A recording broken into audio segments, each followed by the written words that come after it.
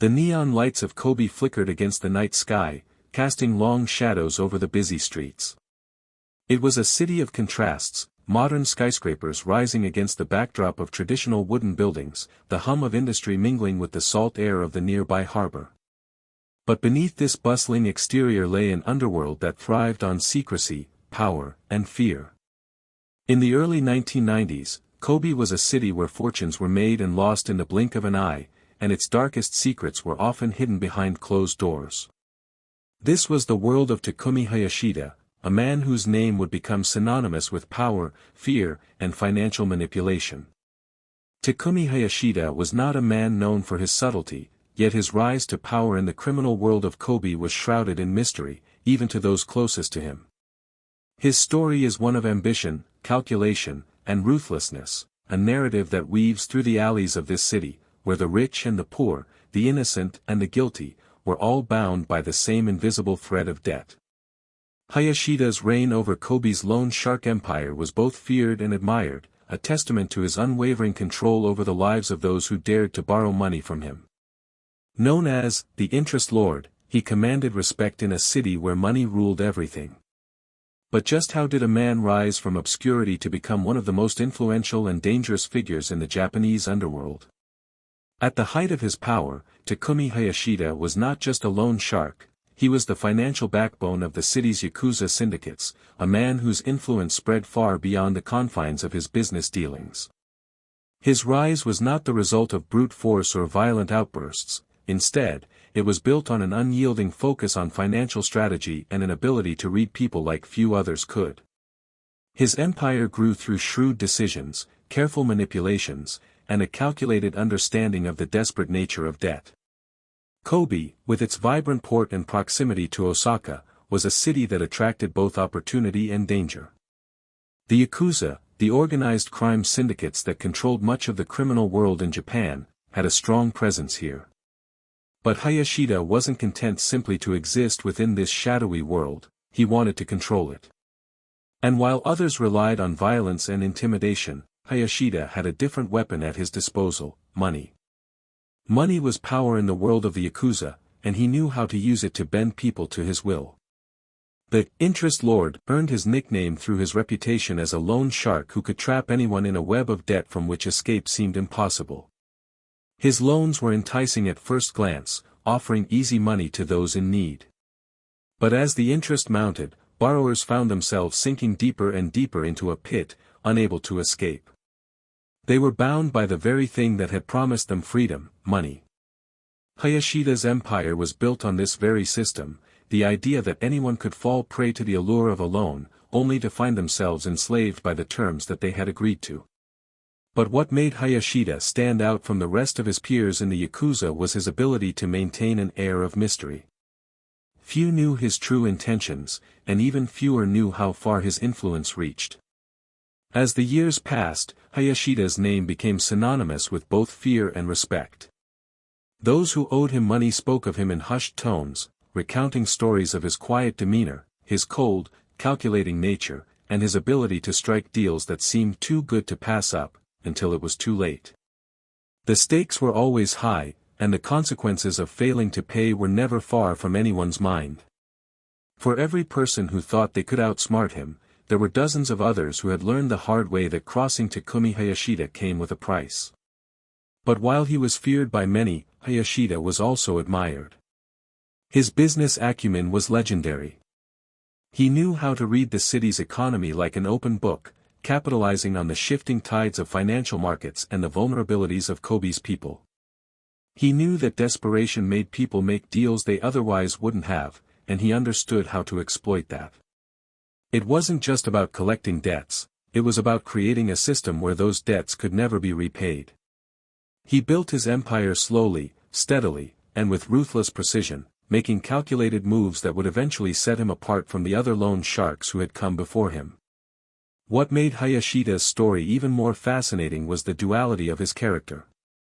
On the outside, he presented himself as a businessman, polite, reserved, and always well-dressed.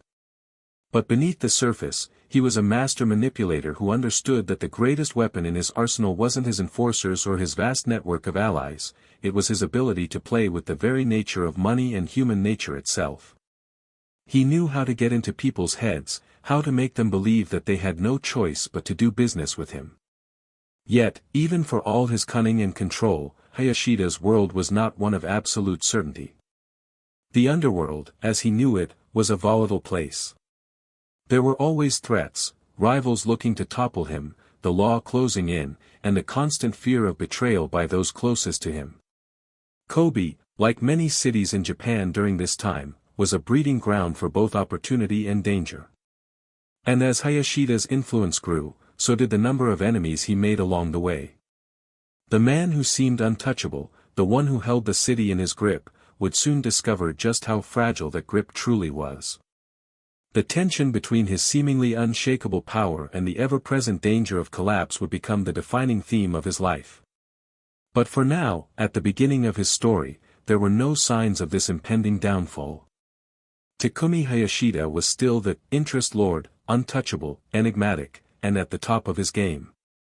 As we begin to peel back the layers of his rise, we will uncover the story of how one man took control of a city's underworld, and how his ambition led him down a path from which there would be no turning back. The shadows of Kobe's underworld had found their ruler, and his name was Takumi Hayashida. Takumi Hayashida's early life was one of quiet struggle and ambition, a far cry from the powerful figure he would later become. Born in the mid-1950s in the modest districts of Kobe, his childhood was shaped by a combination of hardship and a relentless drive for something more. His family, like many in the post-war years, faced the typical challenges of a rapidly rebuilding Japan: poverty, limited opportunity, and the weight of societal expectations. While many children in his neighborhood played in the streets and found joy in the simple pleasures of life, Takumi was different. From an early age, he displayed an ambition that set him apart from his peers, an internal drive that seemed to push him towards something greater, something that would escape the constraints of ordinary life. Kobe, a port city known for its international trade and vibrant atmosphere, had a dual nature in those days. While much of the city was thriving in the post-war economic boom, parts of it were still mired in poverty. The industrial and commercial sectors were booming, but so was organized crime. The Yakuza had a firm grip on the city's underworld, with their fingers in nearly every pie, from gambling to loans to real estate. Takumi, like many young men, had grown up seeing the Yakuza's influence in the streets. However, what set him apart was not just the awareness of this shadowy world, it was his fascination with it. He understood that power, in a place like Kobe, came not only from physical strength or connections but from the manipulation of resources, money, in particular. As he grew, so too did his understanding of how money could bend people to one's will. The seeds of his ambition were planted early on. His family's struggles were not uncommon, but for Takumi, they were formative. His father, a man of modest means, worked long hours in a factory, yet the family never seemed to rise above their circumstances. This left Takumi with a lingering sense of frustration, a feeling that the life his parents lived was one of limited options. He wasn't satisfied with the idea of a regular job, living paycheck to paycheck, like so many in his neighborhood. He wanted more freedom, more control, more respect. These early lessons in the limitations of hard work alone would become the cornerstone of his later ambitions. Takumi's mother, though loving and caring, was somewhat withdrawn. She carried her own burdens in silence, leaving Takumi to develop a sharp sense of self-reliance. This sense of independence, coupled with his natural charisma, made him stand out. People took notice of the quiet young man who seemed to always be watching, observing, learning. He was not one to engage in idle chatter or distractions. He was methodical in everything he did, even as a child, and his keen eye for detail didn't go unnoticed. Whether it was watching businessmen negotiate deals at the local market or witnessing the machinations of the Yakuza, Takumi absorbed everything like a sponge, learning not only from what he saw but from what he didn't see, what people hid behind their words and actions. By the time he reached his late teens, Takumi's desire to escape his circumstances had reached a boiling point. He saw his classmates graduating and moving on to university or stable jobs, but that path never appealed to him. The life of a salaried worker was one he could never accept. His true interest lay in the underworld, where the rules were different, where power was not granted by credentials or lineage, but by one's ability to outwit and outlast everyone around them. It was during this period that Takumi made his first conscious decision to step away from the conventional path and immerse himself in the world of business, though not in the traditional sense. He began working for a small-time loan shark, learning the ins and outs of lending, debt collection, and the art of negotiation. It wasn't glamorous work, but it was an education. He quickly learned that in this world, money wasn't just about currency, it was about control. It was about manipulating people's emotions, knowing their weaknesses, and using those vulnerabilities to secure loyalty or repayment. He observed how debtors, desperate for money, would do anything to keep their heads above water. They would promise anything, sacrifice everything. In these moments, Takumi saw opportunity. What made Takumi different from his peers in the world of loan sharking was his ability to think long-term.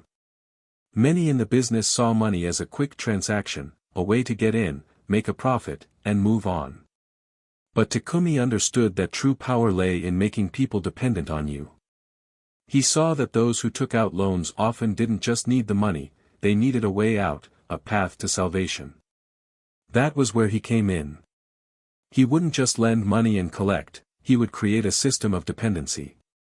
By the time he was in his early 20s, Takumi had started to carve a name for himself, not as just another loan shark, but as someone with the ability to build an empire.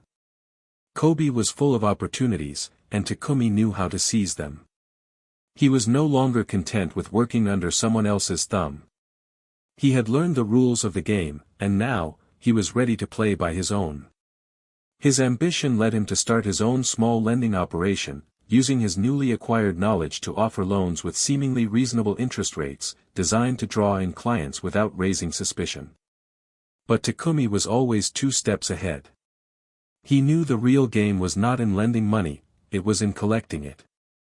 His operation began to grow as he made connections with the right people, those in power, those with influence in the city's Yakuza circles.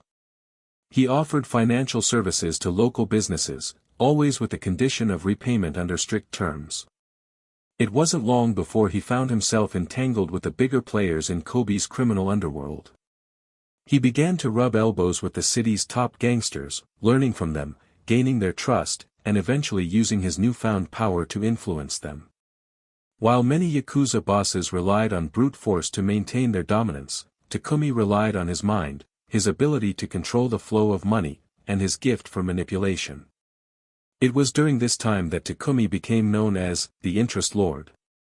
This moniker wasn't just a nickname, it was a reflection of the fear and respect he commanded.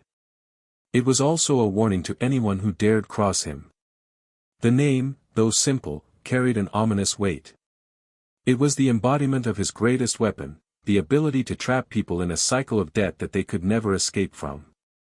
The moniker would become infamous, synonymous with his cruel and calculating business practices.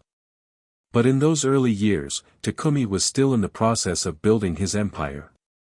He was no longer the wide-eyed young man from the streets of Kobe, but he was far from the feared figure he would one day become. He was laying the groundwork for something far more sinister, something that would change the course of his life, and the lives of many others, forever.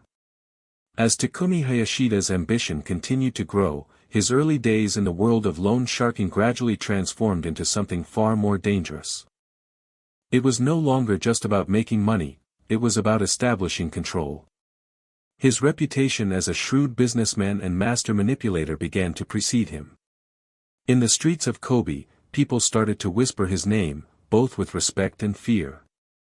But it wasn't enough for Takumi to simply offer loans and collect interest. He had bigger plans. He understood that to dominate the underworld, he needed to expand his reach and solidify his influence within the larger criminal network that controlled much of the city. This was the turning point, where Takumi moved from being a small-time player to a force to be reckoned with. At this stage, Takumi's operations were growing exponentially. He had started small, lending money to individuals who were in desperate need, often taking advantage of their vulnerabilities. But his vision was far more calculated. He knew that in order to thrive, he needed to attract the attention of those in power. It wasn't enough to simply provide loans to the desperate, he needed to be seen as someone indispensable to the city's business elite and criminal syndicates. So, he began working his way into the circles of Kobe's most influential Yakuza bosses. This was a world he had observed as a child, but now, he was no longer an outsider. He was becoming part of it, a key player. Takumi's first major break came when he was introduced to the head of one of the most powerful Yakuza families operating in Kobe. The meeting was arranged through a series of intermediaries, people who were close to both the legitimate business community and the criminal underground. They had heard of Takumi's ability to assess a person's needs and manipulate the terms of a deal to his advantage. His reputation for being calm, methodical, and always in control was exactly what the Yakuza boss was looking for. In this world, loyalty was bought with money, and money was power. Takumi knew how to use both to his advantage. It was during this meeting that Takumi learned the most important lesson of his career: loyalty was often more valuable than gold. The Yakuza boss explained to him that while money could buy temporary influence, true power came from loyalty and trust. But that trust was not given freely, it had to be earned, often through ruthless acts of persuasion. This lesson stuck with Takumi and became the foundation of his rise in the criminal world. He was no longer just a businessman, he was a master of loyalty, both in the sense of cultivating it among his subordinates and exploiting it when necessary. With the backing of the Yakuza, Takumi's influence expanded rapidly. His loans were no longer just for struggling individuals, they were now directed toward small businesses and other criminal enterprises looking for capital to grow their operations. He became a financial lifeline for many, but also an unyielding force of control. His interest rates, which started as modest sums, now grew exorbitantly higher, and those who could not pay quickly found themselves deeper in debt than they ever imagined. The system Takumi had created was ingenious. He didn't simply collect on debts, he made sure that those debts grew with time, ensuring that his borrowers would remain in his clutches for as long as possible. He employed a variety of methods to ensure that repayment was always within reach but never fully attainable. For those who struggled to meet their payments, Takumi would offer extensions, at a price. For others, he would change the terms of the loan midway, forcing borrowers to agree to new, harsher conditions. The beauty of his system lay in its subtlety. Many of his clients didn't even realize how much they had fallen into his trap until it was too late. They were already too deep in debt, and by the time they realized how much they owed, it was impossible to escape. Takumi didn't just use financial manipulation to secure his hold over people.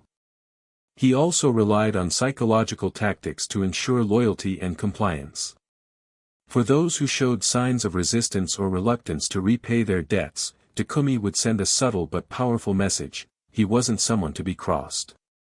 The physical intimidation tactics used by the Yakuza were certainly part of the picture, but they were a secondary tool for Takumi.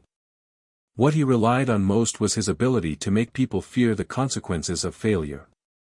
He had an uncanny ability to make individuals believe that any attempt to escape their debt would lead to ruin, not just for them, but for their families, businesses, and friends. The sense of fear that Takumi cultivated was almost palpable. People in the city began to speak of his methods in hushed tones. There were rumors of individuals who had tried to avoid their debts and disappeared without a trace. These were the stories that made people think twice before borrowing from him. It was a world where trust was rare, but Takumi's ability to instill fear was unrivaled. Even those who initially believed they could outsmart him, those who tried to get out of the trap they had fallen into, soon realized that Takumi was always one step ahead. At the same time, Takumi was also expanding his network of allies within the Yakuza. He knew that in this world, alliances were just as important as money. To stay at the top, he needed protection and influence that went beyond his financial dealings. He began to align himself with the most powerful figures in Kobe's criminal world, men who held sway over entire districts and had armies of enforcers at their command. Takumi, however, was not content to simply follow the lead of these Yakuza bosses. He sought to position himself as an equal, if not a superior, in their ranks. His ability to provide financial support to these figures, offering loans to cover the costs of their operations or smooth over business dealings, made him invaluable to them. What Takumi didn't know, however, was that this very ascent into the heart of Kobe's criminal hierarchy would soon bring him face to face with the dangers that came with power. While he had gained the trust of the Yakuza, he had also made enemies, powerful men who resented his rise, men who saw him as a threat to their own influence. It was during this period of rapid expansion that Takumi's greatest test would come. The very system he had built to rise to the top, the web of debt, fear, and loyalty, would soon become a double-edged sword, one that threatened to unravel everything he had worked so hard to create. Takumi's rise was not just a story of financial success. It was a story of ambition, manipulation, and the subtle art of psychological warfare. He had mastered the game of debt and loyalty, but in doing so, he had also drawn the attention of those who saw him as a rival. His next steps would determine whether he would continue to thrive or whether he would be brought down by the very forces he had once used to his advantage. The future was uncertain, and Takumi Hayashida, for all his power, was about to face the consequences of his own actions. As Takumi Hayashida's empire grew, so did the stakes. What had begun as a calculated business venture in the shadows of Kobe's underworld was now a vast network of financial control, fear, and manipulation. But with power came its inevitable challenges. The more successful Takumi became, the more enemies he made. His rise had not gone unnoticed by those at the top of Kobe's criminal hierarchy, and his increasing influence began to threaten the delicate balance that had existed for decades. The very system of debt and loyalty that he had carefully cultivated was now a ticking time bomb, one that could implode at any moment. At the heart of the tension was the Yakuza, the powerful crime syndicates that had long dominated Kobe. Takumi had secured his position by aligning himself with key Yakuza families, offering them financial backing and, in turn, earning their loyalty. He was, at first, seen as a useful asset, a businessman with a sharp mind for financial matters, someone who could provide the capital necessary to fund the Yakuza's operations and help them expand their criminal enterprises. But as Takumi's influence grew, so did his ambition, and ambition was a dangerous thing in the world of the Yakuza. Takumi knew that to stay at the top, he had to maintain the delicate web of alliances that he had woven over the years. He was not just a lone shark anymore, he was a key player in the Yakuza's financial operations, a man whose wealth and power could tip the balance in favor of any gang that aligned with him. But this power came with risks. For every Yakuza boss who trusted him, there were others who saw him as a threat, someone whose rising star could overshadow their own influence. These rival bosses were not about to let a man like Takumi rise unchecked. It was around this time that Takumi's world began to change. The debts that he had once used to control his clients, ordinary people, small businesses, even Yakuza families, had now become the source of tension between the criminal syndicates. His loans, once a lifeline for many, had become a tool of division. Some Yakuza bosses, seeing the extent of Takumi's financial control, began to worry about his growing power. They feared that his influence over the finances of the city would eventually overshadow their own, and in this world, power was never given freely, it had to be fought for. It wasn't long before whispers of discontent began to spread through the Yakuza ranks. Takumi had become too powerful, too influential, and some of the older bosses began to question whether he could be trusted. One of the most prominent figures in the Yakuza, a respected and feared leader named Kazuhiro Okada, saw Takumi as a challenge to his authority. Okada, who had long been at the top of Kobe's criminal underworld, had built his empire through decades of bloodshed, intimidation, and sheer ruthlessness. He didn't take kindly to newcomers like Takumi who rose to prominence through manipulation and financial acumen. To Okada, Takumi was an outsider, someone who didn't understand the real rules of power. Okada's suspicions were not unfounded. Takumi had always been careful to maintain a degree of distance from the more brutal aspects of the Yakuza. While many of the old bosses thrived on fear and violence, Takumi preferred to operate in the shadows, using his control of money to bend others to his will. But as his influence spread, Takumi's methods began to clash with the traditional Yakuza ways.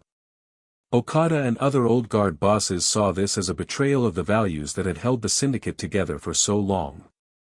They viewed Takumi's rise as a threat to the very foundation of the Yakuza.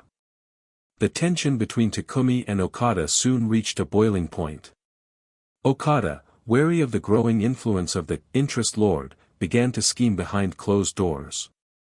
He began to quietly rally support among his allies within the Yakuza, preparing to move against Takumi before he could grow even stronger. It was a dangerous game, one where loyalty was fragile, and alliances could shift in the blink of an eye. Takumi, however, was no fool. He had spent years building his network, and he was well aware of the rivalries that existed within the Yakuza. He knew that power in this world was fleeting, and he had always been prepared for betrayal. Takumi's first move was subtle. He began to distance himself from the more volatile elements of the Yakuza, trying to align himself with the more progressive factions of the syndicates, those who saw the future of the Yakuza in financial power rather than brute force. But Okada was not easily outmaneuvered. He knew that Takumi's strength lay not in his ability to strike with violence, but in his control over the city's finances. So, he decided to strike at the heart of Takumi's empire, his loans. One of the methods Okada employed was to spread rumors throughout the Yakuza that Takumi's financial dealings were not as solid as they appeared. He began to sow doubt about the stability of Takumi's empire, suggesting that his ability to collect debts was starting to slip. Some of Takumi's clients, under the pressure of this campaign, began to fall behind on their payments. This wasn't by chance. Okada was using his own influence to weaken Takumi's financial grip on the city, and he did so by targeting those who owed the largest debts. At first, Takumi didn't realize the full extent of Okada's campaign. He had always been in control of his operations, and the sudden rise in late payments and defaulted loans caught him off guard. But it didn't take long for him to figure out what was happening. Takumi's calm, calculating nature made him a keen observer of the shifting dynamics in the Yakuza world. He saw the signs of sabotage and knew that he was being undermined from within. This realization only fueled his resolve. He couldn't afford to back down now, not when his empire was on the verge of collapse. What followed was a battle of wits and power. Takumi, who had built his empire on financial manipulation, now had to rely on every tool in his arsenal to fight back. He needed to turn the tables on Okada and restore his credibility in the eyes of the Yakuza. But Okada, for all his ruthlessness, had underestimated Takumi's ability to think several steps ahead. The two men would soon be locked in a high-stakes game, where every move could lead to either the preservation or the destruction of Takumi's empire. In the shadows of Kobe's underworld, the battle for dominance was intensifying. Takumi, once seen as an outsider, was now a force to be reckoned with, a man who had carved out an empire through financial mastery. But as his influence grew, so did the threats to his power. The world he had built was fragile, and the stakes had never been higher. What had started as a struggle for control of the city's finances was now a full-blown war for survival. Would Takumi rise to the challenge, or would the forces of the old Yakuza order destroy him? The answer would come soon enough, but for now, the outcome hung in the balance. Takumi Hayashida's world was slowly becoming a high-stakes game where every move, every decision could either strengthen his position or bring his empire crashing down. As the power struggle between him and the old guard Yakuza grew, Takumi realized that to survive in this ruthless game, he had to adapt. His usual methods of financial manipulation and psychological control would not be enough. He needed to consolidate his power in ways that the traditional Yakuza bosses might not expect. And so, Takumi shifted his tactics, moving from mere financial manipulation to a more strategic approach that involved alliances, betrayals, and a game of chess that would ultimately determine his fate. The first step Takumi took in this new phase of his empire was to secure his position within the Yakuza by playing on the very alliances that Okada and other powerful figures had relied upon for years. Instead of confronting his enemies head-on, Takumi began to turn their own allies against them. He knew that the loyalty of the Yakuza bosses was often tenuous, based on self-interest rather than true allegiance. The loyalty of his subordinates and partners, he realized, was something he could exploit to his advantage. Takumi began courting the lower-ranking members of the Yakuza, those who felt overlooked or underappreciated by the upper echelon. He offered them something more than just money, he offered them respect, power, and the promise of a better future. For years, these men had been pawns in the larger game of Yakuza politics, doing the dirty work for their bosses without receiving the recognition they deserved. Takumi, ever the shrewd operator, knew that these men were hungry for power, hungry for change.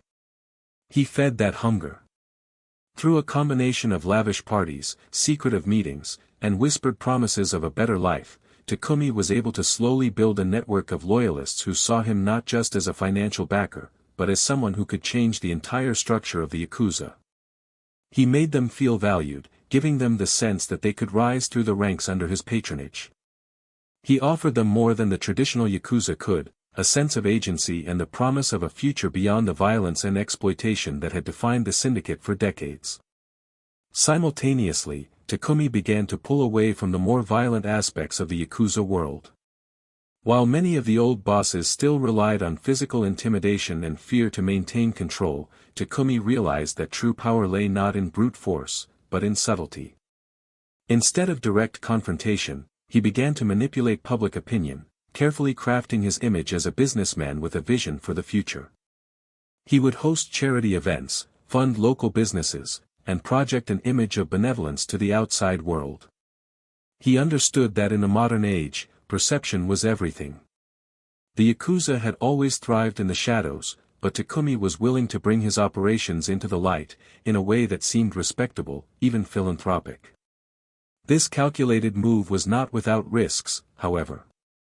Takumi's newfound approach to public relations raised eyebrows among his fellow Yakuza bosses, especially those who had relied on fear and secrecy to maintain their hold over Kobe. But Takumi knew that this was the future of the criminal underworld. The old ways were dying, and in their place, a new breed of gangster was emerging, one who understood the power of money, manipulation, and public perception. As Takumi began to solidify his alliances with the lower ranks and reposition himself as a more progressive force within the Yakuza, Okada began to feel the pressure. The seasoned boss, who had relied on his old guard methods to dominate the underworld for years, now found himself in a precarious position.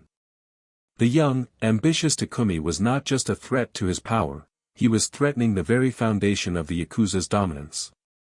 Okada had long been accustomed to using violence and intimidation to enforce his will, but now, he was facing an opponent who didn't fight with fists or knives, but with the subtleties of financial leverage, political alliances, and psychological manipulation. The tension between the two men reached a breaking point when Takumi made his boldest move yet.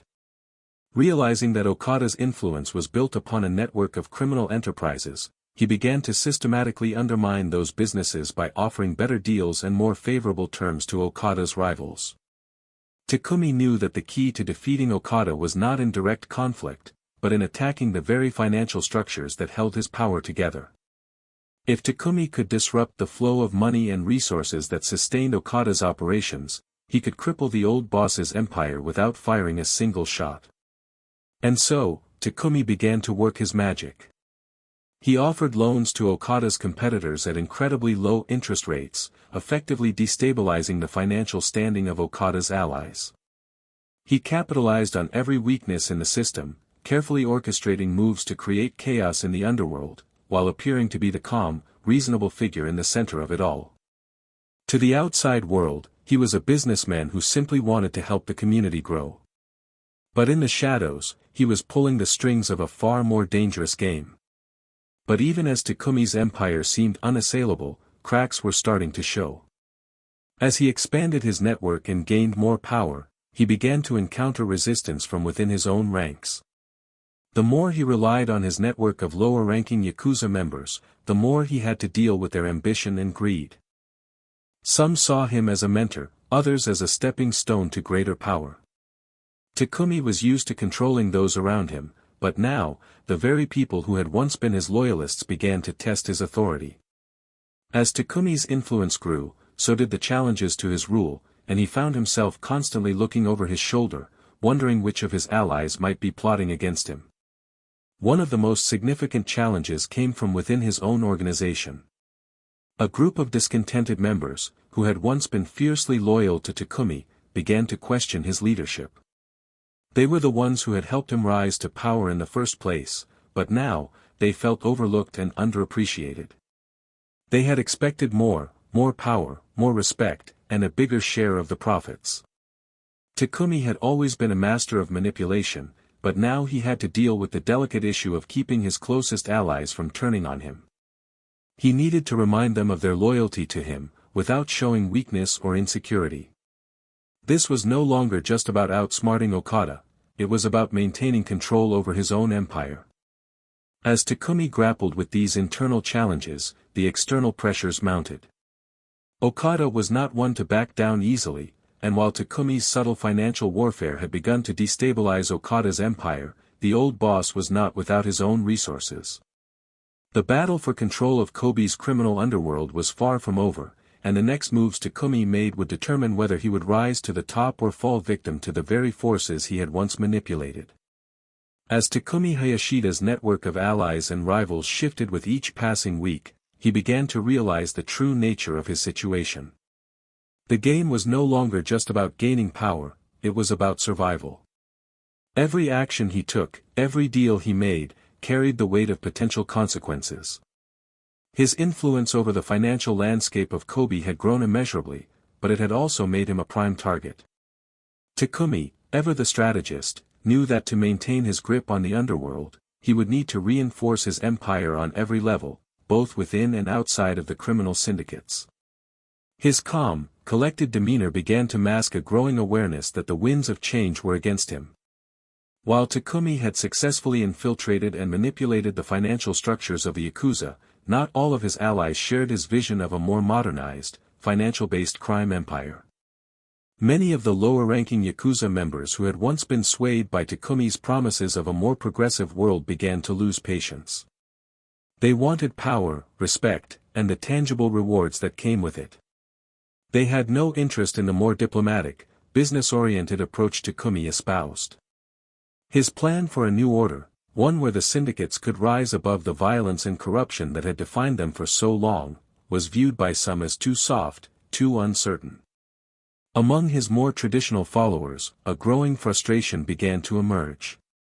The violence and intimidation that had been the hallmark of Yakuza power for decades still held a deep appeal for many, particularly those who had been raised in that culture. These members, while benefiting from Takumi's success, began to push for more direct, violent action. They wanted to see the streets run red with blood again, to restore the honor of the Yakuza through sheer force. Takumi had always avoided direct confrontation, his brilliance lay in financial manipulation and the subtle pressure he could apply to get what he wanted. But now, the pressure was mounting from all sides.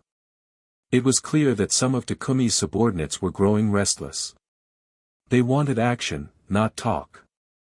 They began to question Takumi's methods, whispering among themselves about the effectiveness of his approach. Some even began to doubt his ability to maintain control in such a volatile environment. For Takumi, this was a sign that his empire was beginning to show cracks from within. If he didn't address the unrest soon, he risked losing the very foundation he had worked so hard to build. One of the most vocal critics was Hiroshi Fujita, a high-ranking member of Takumi's inner circle. Hiroshi, once a loyal follower, had grown disillusioned with Takumi's focus on financial manipulation and his avoidance of the more violent aspects of the Yakuza world. Hiroshi was a man who had risen through the ranks by using brutality and fear, and he believed that this was the only way to maintain power. He had always respected Takumi for his intelligence, but the growing discontent within his faction left Hiroshi feeling alienated. Hiroshi, sensing an opportunity, began to quietly rally support for a more aggressive approach to asserting dominance. Hiroshi wasn't the only one. Several other key figures in Takumi's empire, once loyal to him, began to look elsewhere for leadership. They began to question whether Takumi could keep his promises of power and prestige. The violence and intimidation that had been the cornerstone of Yakuza power were beginning to feel like an essential part of the culture, and many believed that Takumi's rise had weakened the core of what the Yakuza stood for. The more peaceful, business-oriented approach was viewed as a sign of weakness, one that could leave the syndicates vulnerable to attack from more ruthless factions. Takumi, however, was not blind to the unrest growing within his ranks. He had always been a master of observation, able to read people and situations with unparalleled precision. He saw the early signs of discontent, and he knew that he had to act quickly if he wanted to keep his empire intact. But he was also careful not to show any weakness. In the underworld, appearing vulnerable was as good as admitting defeat. He would have to outmaneuver his opponents with his characteristic calm, cool-headedness. One of Takumi's first moves was to bring together his most trusted lieutenants and hold a private meeting. In a rare moment of vulnerability, he addressed the concerns that had been circulating within his organization. Takumi acknowledged that times were changing, and that perhaps the path he had chosen, a path of financial control and subtlety, wasn't enough to maintain dominance in an increasingly violent world. But he made it clear that he would not abandon his vision for the future of the Yakuza. He proposed a new strategy, one that would blend the old ways with the new. He would not discard the violence and intimidation that had once given the Yakuza its power, but he would use it strategically, carefully orchestrating acts of violence that would send a message to his enemies without tearing apart the empire he had built. At the same time, Takumi also made it clear that his vision for the future was still intact. He spoke of a world where the Yakuza could evolve, becoming more sophisticated and less reliant on the bloodshed that had defined their reputation for so long. He promised that, under his leadership, the Yakuza would continue to thrive, if only they could accept that change was necessary. But the room was divided. Some of his lieutenants nodded in agreement, recognizing that Takumi's strategic genius was still their best hope for survival. Others, like Hiroshi, were less convinced. They still yearned for the old ways, the glory days of ruthless dominance, where power was shown through bloodshed and intimidation. Takumi's challenge was clear. He had to find a way to satisfy both factions within his empire, the more traditionalists who wanted violence, and the more modern thinkers who saw financial manipulation as the key to long-term success. It was a delicate balancing act, and one that could easily tip into chaos if he made the wrong move. To solidify his position, Takumi decided to make a bold move. He set up a public meeting with Okada, the veteran Yakuza boss who had long been his rival. Takumi knew that if he could secure Okada's respect, it would not only strengthen his own position within the Yakuza but also send a clear message to his subordinates that he was still a force to be reckoned with. The meeting, a rare and highly secretive affair, was set to take place in a luxurious hotel on the outskirts of Kobe. Takumi knew that any misstep here could mean the end of his reign, but he was prepared to play the game. It was time to show the world that he was a force capable of mixing old-school power with modern cunning, and that anyone who underestimated him would regret it. This meeting would prove to be a turning point in Takumi's story. Would it mark the beginning of a new era for the Yakuza, one where power was distributed more equitably among the factions, or would it be the beginning of Takumi's downfall? The stakes had never been higher. The night of the meeting with Okada, the veteran Yakuza boss, hung in the air like the calm before a storm. The city of Kobe, with its neon lights reflecting off the harbor, seemed oblivious to the storm brewing beneath the surface of the criminal underworld. Takumi Hayashida had always been a master of timing, and this moment was no exception. Everything had been carefully arranged, each detail meticulously planned, and every possible outcome considered. The hotel, luxurious yet discreet, offered the perfect setting for a confrontation that could shift the balance of power in Kobe's criminal world. As Takumi arrived at the venue, his mind was focused, his demeanor calm, but inside, he was acutely aware of the fragile nature of the situation. Okada, on the other hand, was a figure of authority and old-school power. Known for his unyielding nature and a past steeped in ruthless violence, Okada had always commanded respect in the Yakuza world through sheer force. But times had changed. He had seen the rise of men like Takumi, men who did not play by the rules of old. The clash between the old and the new was inevitable. Takumi knew that to survive, he would have to do more than outsmart Okada. He would have to convince him that he was not a threat, but a necessary ally. He would have to show Okada that his vision for the future of the Yakuza was not only viable but essential. As Takumi entered the lavish meeting room, he was greeted by Okada's loyalists, a group of men whose cold stares and silent judgment weighed heavily on him. Okada himself was seated at the head of the table, his presence commanding the room with an intensity that Takumi felt even before they exchanged words. Okada's reputation was well known, and the tension in the air was palpable. Takumi took his seat, and for a moment, both men exchanged looks, no words, just the kind of unspoken communication that could only be shared between seasoned veterans of the criminal world. After what felt like an eternity, Takumi spoke first. His voice was calm, measured, and precise, much like his usual manner.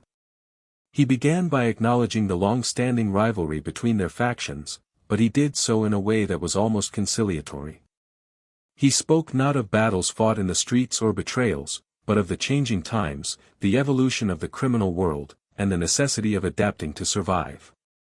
The world outside the Yakuza is changing, Takumi said, his eyes meeting Okada's. The old ways, the bloodshed and violence, they no longer hold the power they once did. We must look to the future, not the past. Okada, for all his years of experience, was not one to easily be swayed by words alone. He had always believed in the power of violence, the necessity of control through fear and respect. But there was something about Takumi's calm, persuasive tone that forced him to listen. Takumi's words were not just a plea for cooperation, they were a challenge to the very foundations of Okada's belief system. Takumi was not asking for power, he was offering it. He was offering a new way forward, a way that might allow both men to control the future, without the destruction that had marred the past. For a moment, Okada said nothing. The room was silent, the tension hanging thick. But Takumi knew that this silence was a sign of something deeper, a sign that Okada was considering the offer. Okada's eyes narrowed, as if searching for any sign of weakness in Takumi's approach. He had seen many men like Takumi come and go, promising change and peace, only to be consumed by the very world they sought to control. But this time, something was different. Takumi was not asking for permission, nor was he pleading for cooperation. He was presenting a choice. And in that moment, Okada realized that Takumi might just be the one man who could change the Yakuza world without tearing it apart. Okada finally spoke, his voice low and gravelly, like a man who had lived through decades of violence and betrayal. You speak of change, he said, but change is not always welcome in the Yakuza. The traditions, the bloodlines, these things are sacred. How can you promise peace when all you have built is a house of cards, waiting to collapse? His eyes locked onto Takumi's, testing him, challenging him. What makes you think you can control the chaos you have set in motion? Takumi's response was swift and calm. Because I am not seeking to control it, Okada. I seek to shape it. To guide it in a way that ensures our survival. I do not want to tear down what you have built, but to make it stronger, to create a Yakuza that can exist in a world beyond the shadows. A world where power comes not from fear, but from respect, and where the next generation will not be doomed to repeat the mistakes of the past. The words hung in the air between them, and for a moment, the room seemed to hold its breath. Okada's expression softened, just for a fraction of a second, before hardening again. He leaned back in his chair, clearly considering the implications of Takumi's proposition. He had never been one to give up control easily, but in that moment, he realized that Takumi's vision was not without merit. It wasn't just about money or power, it was about the future. About survival. What do you want from me? Okada asked, his tone now less confrontational and more contemplative. What is it you seek? Takumi's response was straightforward. I seek an alliance. A partnership, where our factions can coexist, evolve, and thrive. I have no interest in eliminating you, Okada. I want us both to stand at the top, together, in a new world where the Yakuza's power is undisputed, not through bloodshed, but through influence, through wealth, and through respect. I want to help you secure your legacy." The offer was bold, but Takumi had no doubt in his mind that it was the right move. By positioning himself as a potential ally rather than a rival, he could not only neutralize Okada as a threat but also bring him into his vision of the future. For Okada, the idea of securing his legacy through a partnership with a younger, more forward-thinking leader was not entirely unappealing. He had spent years at the helm of his empire, and the thought of his power slowly fading in the face of change was not something he was ready to accept. But this offer from Takumi was different. It was a chance for him to evolve, to adapt, and to ensure his place in history. As the meeting wore on, the tension between the two men began to dissipate. What had started as a confrontation, a potential battle for dominance, had transformed into a conversation about survival, about the future, and about the changing dynamics of power. Okada, though skeptical, could not deny the logic of Takumi's vision. It was clear that the future of the Yakuza would be different from the past, and if he wanted to remain relevant, he would need to embrace the changes that Takumi was advocating for. By the end of the meeting, no formal agreement had been made, but a silent understanding had been reached. Takumi had managed to plant the seed of cooperation in Okada's mind, and from that moment on, the two men would walk a fine line between rivalry and alliance. Takumi had succeeded in gaining Okada's attention, but the path ahead was fraught with uncertainty. Would the alliance hold, or would old grudges and power struggles tear it apart? Only time would tell. But for now, Takumi had taken a significant step towards solidifying his place at the top of the Yakuza world. The aftermath of Takumi Hayashida's tense meeting with Okada was not what he had expected, yet it unfolded in ways that were still in line with his calculated approach. Despite the fact that no formal alliance had been sealed, the seed of cooperation had been planted. The subtle shift in Okada's demeanor during their meeting had been enough to reassure Takumi that his strategy of persuasion was working. But what lay ahead was still a delicate and unpredictable game. Takumi knew that Okada was a man of pride, not easily swayed by words alone, and his cautious acceptance of the partnership was merely the beginning. The true test would come when actions, not words, were required. As Takumi left the hotel that night, the weight of the encounter settled over him. There were many obstacles ahead, not just with Okada, but within his own faction as well. Takumi's vision for a more modern, financial-based criminal empire had garnered the attention of several key figures in the Yakuza, but it had also created fractures. The old guard, represented by men like Hiroshi Fujita, were growing more restless by the day. They saw Takumi's success as a threat to their own power, and their loyalty was beginning to waver. Takumi knew he had to find a way to keep his inner circle intact, while also navigating the complex dynamics of his new alliance with Okada. For the next few weeks, Takumi focused on strengthening his position within his organization. He moved strategically, maintaining his presence in the business world while keeping a careful eye on the movements of his more traditional allies. Hiroshi, ever the skeptic, began to distance himself from Takumi, meeting secretly with other high-ranking members of the Yakuza who shared his concerns. There were murmurs of rebellion, of a faction within the syndicate that believed Takumi's vision of a peaceful, money-driven empire was a betrayal of the true spirit of the Yakuza. Violence and intimidation were still the tools of respect, and many of the older members refused to embrace the changes that Takumi was pushing for. Takumi was not blind to these developments. In fact, he had anticipated them. He knew that as long as he remained the undisputed leader of his faction, he would continue to be a target for those who sought to return to the old ways. Hiroshi, with his deep roots in the violent traditions of the Yakuza, was a formidable adversary. But Takumi's real strength lay in his ability to read people and anticipate their moves. He could already sense the shifting tides within his organization. It was only a matter of time before someone would make a move against him. To secure his position, Takumi decided to employ a subtle yet effective strategy, one that would eliminate Hiroshi's growing influence without resorting to outright violence. He knew that Hiroshi's loyalty to him had already been tested, but there was still a chance to sway him back into the fold. Takumi reached out to Hiroshi through intermediaries, offering him a chance to prove his loyalty by taking on a new, high-profile assignment. It was a test, one that would either reaffirm Hiroshi's allegiance or expose him as a potential traitor. Meanwhile, Takumi's dealings with Okada were progressing at a slower pace than he had hoped. The old man was cautious, unwilling to make any sudden moves until he had fully assessed the situation. Okada was still a man of power, and his respect could not be bought with promises alone. Takumi had to show him that his vision was not just viable, but essential for the survival of the Yakuza.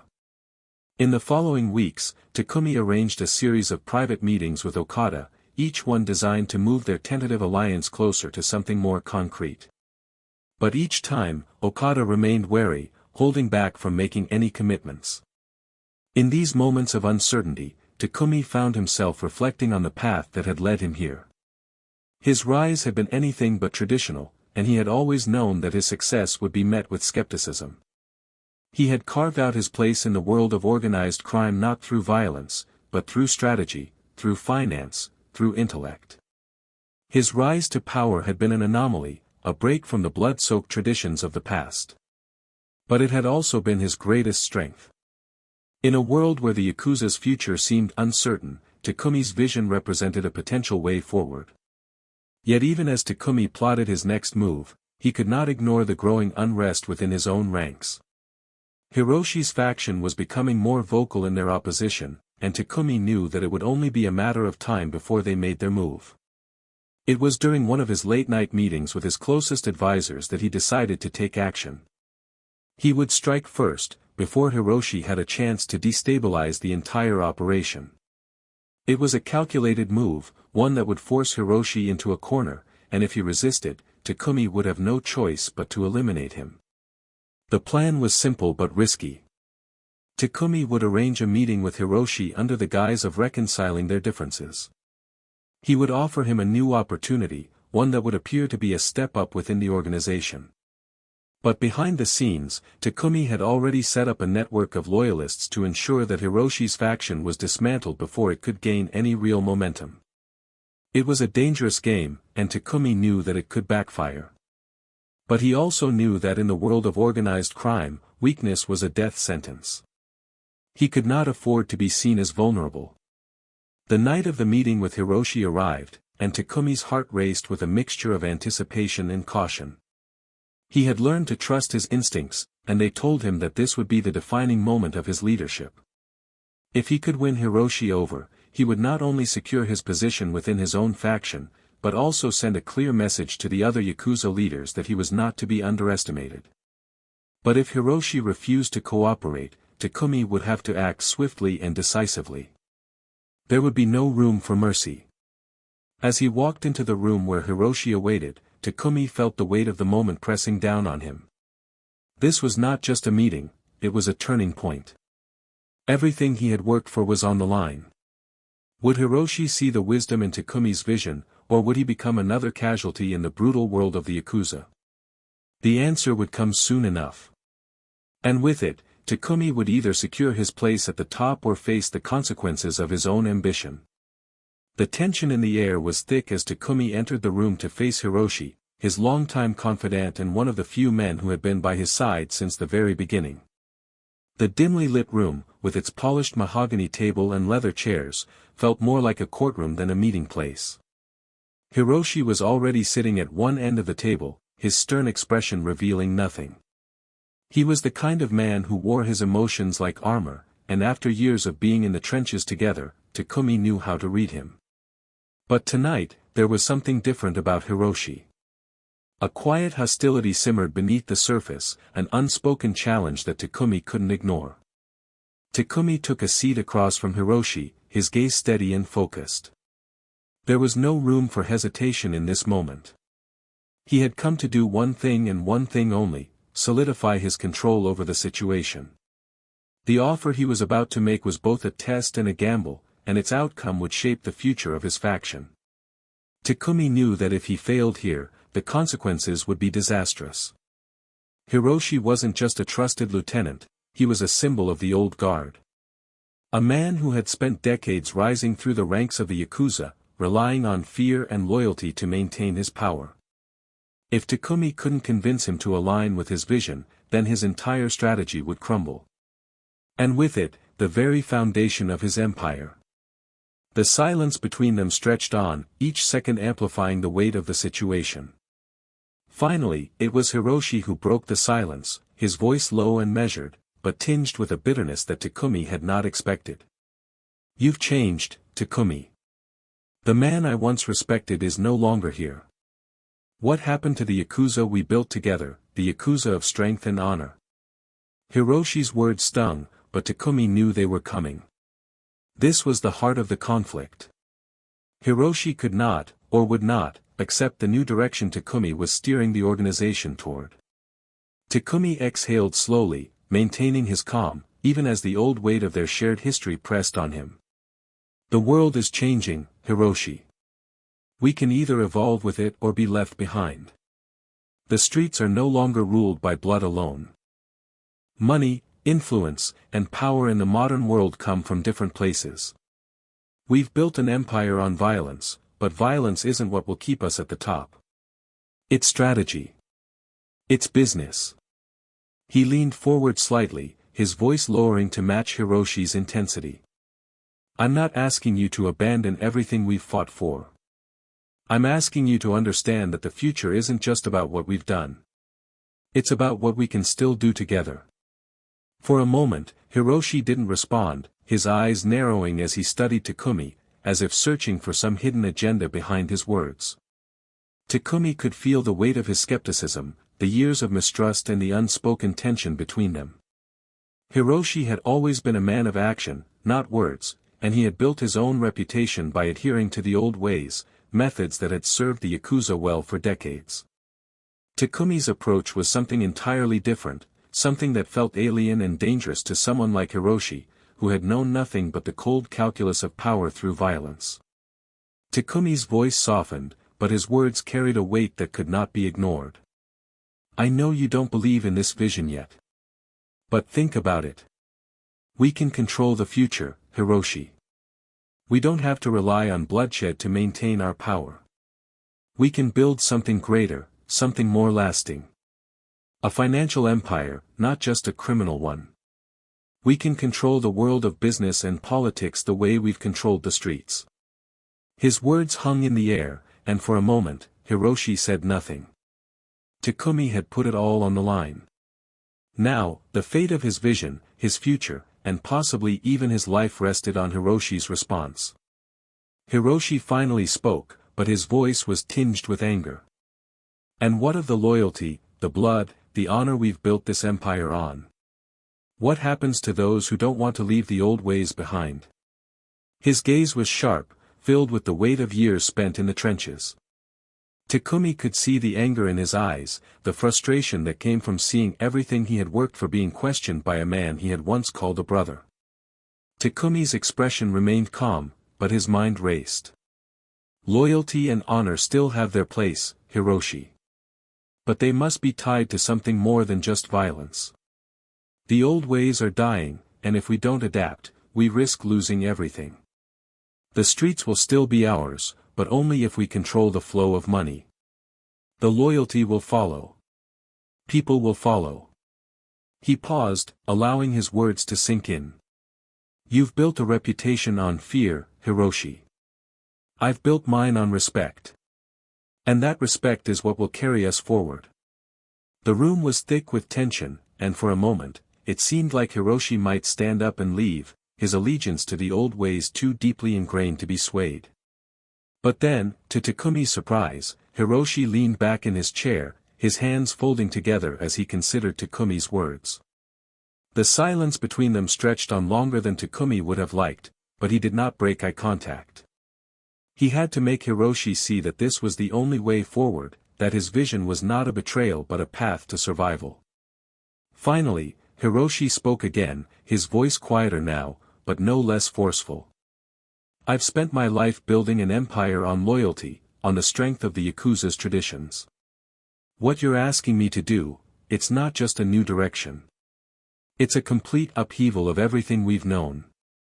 You're asking me to trust in a future where the Yakuza doesn't operate in the shadows anymore. You're asking me to trust in you.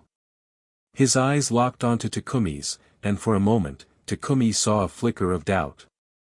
Why should I? Takumi's heart raced, but his response came swiftly, his voice low and unwavering. Because Hiroshi, this is the only way we survive. If we stay stuck in the past, we'll be crushed by the weight of it. You know that as well as I do. And I'm not asking you to trust me blindly.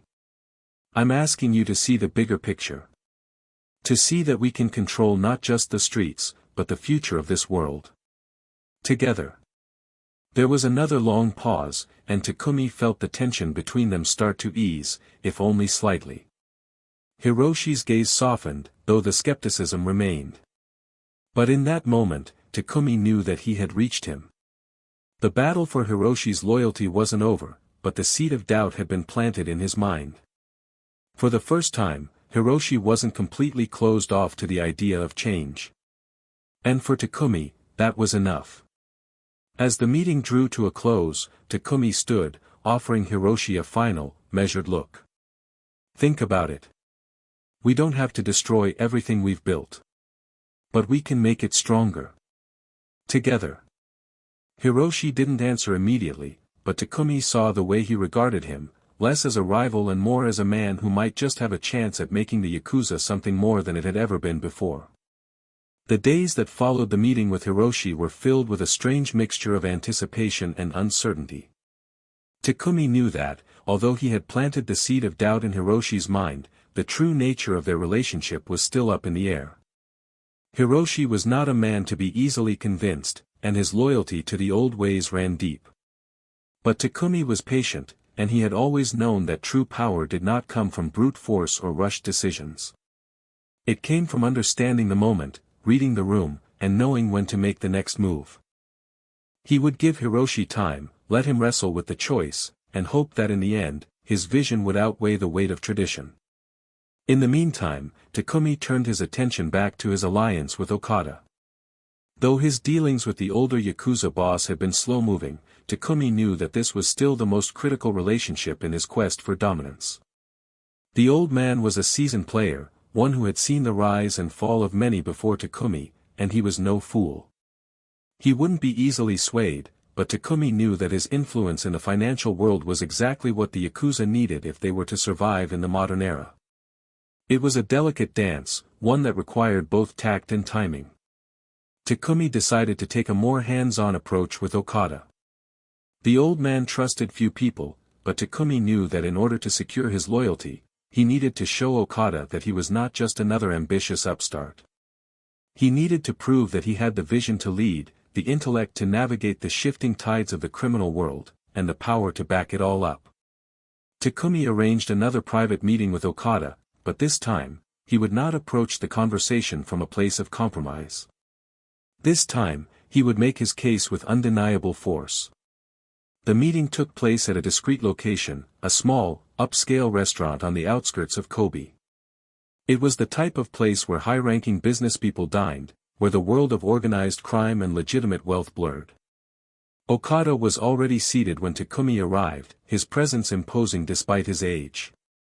There was a coldness in his eyes that Takumi had learned to recognize, the look of a man who had seen too much and trusted too little. Takumi took his seat across from Okada, offering a polite smile, though he could feel the tension in the air. The old man didn't speak immediately, merely sipping from his glass of sake and watching Takumi with calculating eyes. Takumi had grown accustomed to this silent scrutiny, and he refused to let it rattle him. Instead, he leaned forward, his voice steady but firm. "I understand your reservations, Okada-san," he began, his words carefully chosen. "You have built an empire, and I do not expect you to hand it over to me without reason. But the world is changing, as I've said before, and we cannot afford to stand still while the rest of the world moves ahead." Okada's eyes narrowed, but he remained silent, his fingers tapping lightly on the edge of his glass. Takumi continued, undeterred. "The days of violence and intimidation are still useful, but they will not sustain us. We must think long-term, Okada-san. We must think beyond the streets of Kobe, beyond the traditional Yakuza territories. I can offer you that. I can offer you a future where our power extends into new industries, into legitimate businesses where the real money flows. There was a long pause as Okada considered Takumi's words, the weight of the conversation settling between them. Takumi knew that the moment had come for him to push forward, to make his offer crystal clear. He leaned in slightly, his voice low but urgent. We have a chance to dominate the financial world, Okada-san. You have connections, resources, and influence. Together, we can take control of the future of the Yakuza. But I cannot do it alone. I need you, and I need your support. If we join forces, we can create an empire that will outlast anything the old guard could ever imagine. For a moment, there was nothing but silence. Okada stared at him, his gaze unwavering. Takumi held his breath, waiting for a response, any indication that his words had made an impact. The air between them seemed to grow heavier, thick with anticipation. Finally, Okada spoke, his voice slow and deliberate. You talk about the future as though it is certain, Takumi. But the future is always uncertain. Men who get too comfortable, who believe that they have all the answers, are the ones who fall the hardest. He paused, his eyes never leaving Takumi's. What makes you think you can succeed where so many others have failed? Takumi's response was immediate, his confidence unshaken. Because I understand the world is changing. The old ways, violence, intimidation, fear, are no longer enough. They never were. What sets me apart is that I see the bigger picture. I see the potential in the financial world, in technology, in industries that the Yakuza has always ignored. We can control those industries, Okada-san. We can make money in ways that our predecessors never imagined. Okada took a long sip from his glass, his expression unreadable. Takumi knew this was not just a negotiation, it was a battle of wills. The old man would not be won over easily, and Takumi couldn't afford to back down. He needed Okada on his side, and he needed to prove that his vision was not just some fleeting fantasy. It was a plan for survival, for the future of the Yakuza. Another silence followed, thick with tension. Finally, Okada leaned back in his chair, his fingers steepled together in front of his face as he considered Takumi's words. Takumi knew that he had given Okada something to think about, and that was all he could ask for in this moment. The old man was not one to make rash decisions, but he was a man of pragmatism, and the more he considered Takumi's offer, the more it became clear that a partnership might just be the key to securing both of their futures. Okada's next words came slowly, as if he were weighing each one carefully. You speak of the future, but the future is full of risks, Takumi. I have built this empire on caution, on careful planning. If I'm to trust you, I need to see proof. I need to see that your vision isn't just talk. Takumi nodded, understanding the challenge laid before him. Then let me show you, Okada-san. Let me show you the potential we can unlock if we work together. The meeting ended with no firm agreement, but Takumi left the restaurant feeling something he hadn't felt in a long time, hope. Okada's wariness was not rejection, it was a challenge. And challenges were something Takumi thrived on. He would prove to Okada, and to himself, that his vision was not just possible, it was the future. The days that followed the tense meeting with Okada were filled with a strange sense of both opportunity and danger. Takumi knew the path he was carving out for himself was fraught with risks, but he also understood that those who played it safe were destined to fall behind in this new world.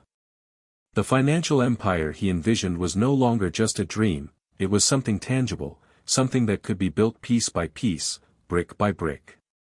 But he also knew that such ambitions would require careful navigation through both the criminal and legitimate worlds, something few before him had ever succeeded in doing without suffering the consequences. As the weeks passed, Takumi began to shift his focus more toward the intricacies of the business world, the complex web of corporations, investments, and high-stakes deals that made up the backbone of modern power. He knew that gaining control over these sectors would require more than just street smarts and violence, it would require finesse, patience, and an ability to manipulate the system from within. This was a world where public appearances, corporate mergers, and financial strategies were as important as street-level operations. And for Takumi, who had spent his life learning the language of power through fear, this was both a thrilling challenge and a necessary shift. But the challenges were not confined to the business world alone. Within the Yakuza, not everyone was on board with Takumi's new direction. His rise had been swift, and while some had embraced the notion of a more modern, financially savvy Yakuza, others were firmly rooted in the old ways. For every person who saw Takumi as the future, there was someone else who viewed him as a threat to the traditions and honor of the organization. Takumi was no stranger to conflict, but this was different. These were his own people, the very men who had helped him rise to power.